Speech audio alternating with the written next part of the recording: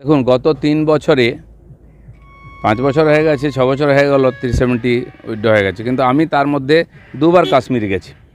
একবার লে লাদাখ হয়ে শ্রীনগর হয়ে পুরো এলাকা ঘুরেছি, দিয়ে ফিরেছি। আর আমি দুবারই, দ্বিতীয়বার অমরনাথ গেছি বালটাল হয়ে এদিক দিয়ে।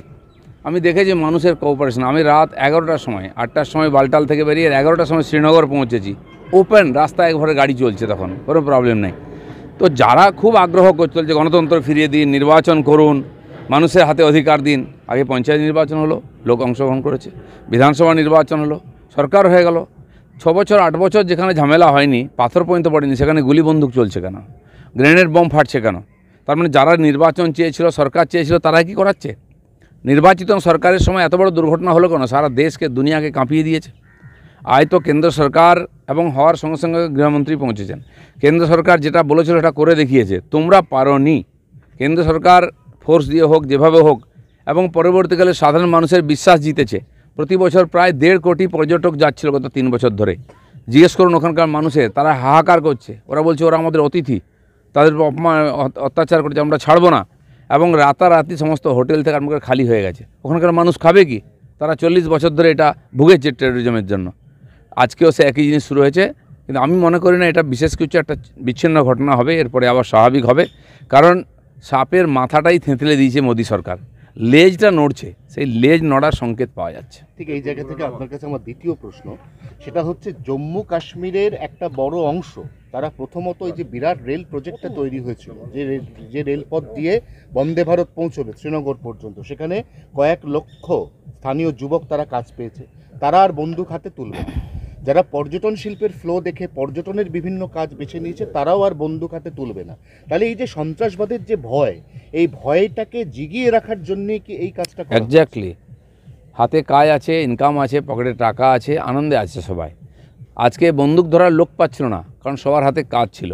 তাই এই টুরিস্টদের তাড়িয়ে আবার বেকার করে যুবকদেরকে আবার হাতে হয় বন্দুক তুলে দেবে, পাথর তুলে দেবে, গ্রেনেড তুলে দেবে, আর কটা টাকা দিয়ে তাদেরকে আবার দেশবিরোধী কাজ করাবে, সেই চক্রান্ত চলছে। আমার মনে হয় যে ধরনের প্রতিক্রিয়া দেশ জুড়ে, দুনিয়া জুড়ে হয়েছে, এটা ওখানকার কয়েকজন বিচ্ছিন্নতাবাদী নেতা বা কয়েকজন জঙ্গি এটা পারবে না। সরকার আছে, সরকারের সঙ্গে পুরো দেশ আছে। আপনি দেখুন যে জওয়ানরা শহীদ হয়েছেন, যে ট্যুরিস্টরা শহীদ হয়েছেন, তাদের প্রতি মানুষের সমবেদনা দেখুন। মানুষ একদম ঝাঁপিয়ে পড়ছে তাদের সম্মান সমবেদনা জানাবার জন্য। এবং দেশ সরকার তো আছেই। আমার মনে হয় যেমন আমরা দেশের মধ্যে এর বিরুদ্ধে লড়ছি, একতা দেখাচ্ছি, ঠিক সরকারও যেমন সার্জিক্যাল স্ট্রাইক করেছিল বা এ ধরনের কিছু ঘটনা করবে, মোদী সরকারের উপরে, মোদীজির উপরে ভরসা রাখা উচিত মানুষের। ঘটনা দুর্ঘটনা হয়েই গেছে, ব্যথিত আমরা, সেই পরিবারের সঙ্গে আছি। যে মানুষগুলি চলে গেল, তাদের আত্মার শান্তি কামনা করব ঠিকই, কিন্তু এই সংকটের সময় দেশের অস্তিত্ব, একতা, সুরক্ষার জন্য একসঙ্গে আমরা লড়ব। শুভেন্দু অধিকারী কালকে বিধানসভার সামনে গুনে গুনে যখন পাকিস্তানের পতাকা পোড়াচ্ছিলেন, তিনি তখন একবার ভুল করে, ওটা স্লিপ অফ টাং, হিন্দুস্তান মুর্দাবাদ বলে ফেলেছিলেন। সেইটা নিয়ে একদম মামলা হয়ে গেল সরাসরি। ঠিকই আছে, অনেক সময় অনেক কথা আমাদের মুখ্যমন্ত্রী রোজ কত উল্টাপাল্টা বলেন, তো সেটাকে আবেগে মানুষ করতে গিয়ে অনেক কিছু হয়ে যায়, ভুল ত্রুটি প্রত্যেকের, আমরাও করি। আমাদের প্রধানমন্ত্রীর কথা নিয়েও কত হয়েছে। তো যারা আজকে কোণঠাসা হয়ে গিয়ে জঙ্গিদের সঙ্গে দাঁড়াবার চেষ্টা করছেন, যারা কাশ্মীরে সেকুলারিজম বা যে ওই সরকার এসছে তার পক্ষে দাঁড়িয়েছিলেন, সেটাকে চাপা দেওয়ার জন্য বিফলতাকে হয়তো এসব করতে যাচ্ছেন। এই ধরনের ছেঁদর রাজনীতি না করাই ভালো। কাশ্মীরের এই আবহেই দাদা আমরা দেখছি পাঞ্জাবে বাংলাদেশ বর্ডার বলুন, পাকিস্তান বর্ডার বলুন, এরকম ঘটনা বহুবার হয়েছে। এক সময় তো এরকম ছিল, বাংলাদেশে বিডিআর ঢুকে আমাদের বিএসএফদেরকে তুলে নিয়ে গিয়ে মেরে পশুর মতো ঝুলিয়ে নিয়ে গেছে, আমরা দেখেছি ছবি। সেদিন চলে গেছে, হয়ে থাকে, তার জন্য সরকার আছে। শুনুন, পাইলট চলে গেছিলো, বিমান ভেঙে পড়েছিল, সে যে সসম্মানে ফিরে এসেছিল, আমরা সেই ইতিহাস বলিনি অভিমন্যু বর্তমানকে। তো সেই জন্য মোদী সরকার আছে, তখন পুরো সরকার নড়ে গেছিলো ওকে ফেরত দেওয়ার জন্য।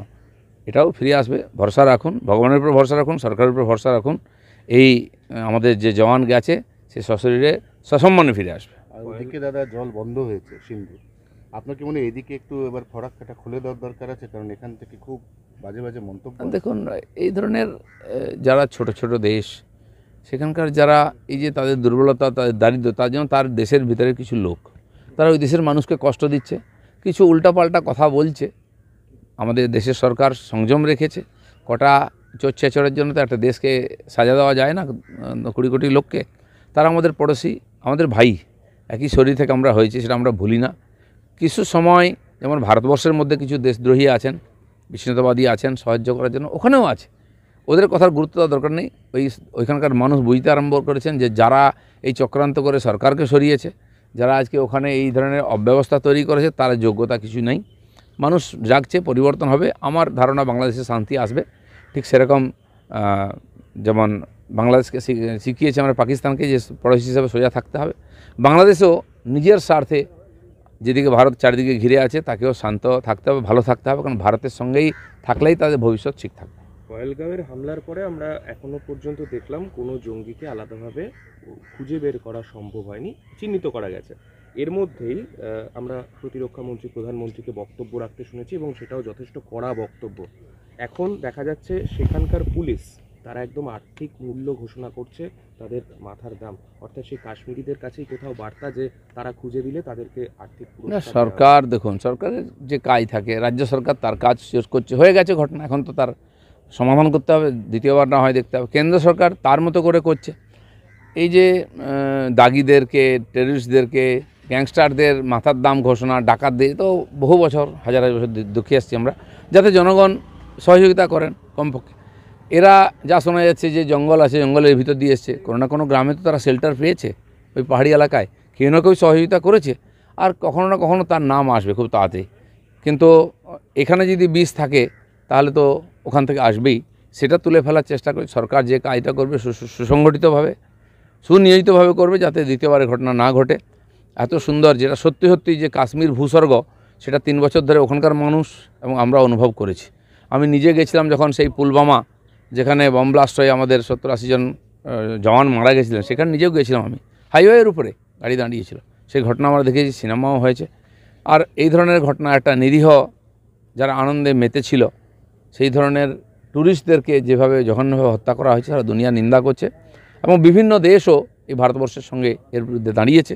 আমার মনে হয় এর সমাধান হবে, এবং এটাই বোধহয় শেষ হিংসা হবে। দাদা কালকে দাদা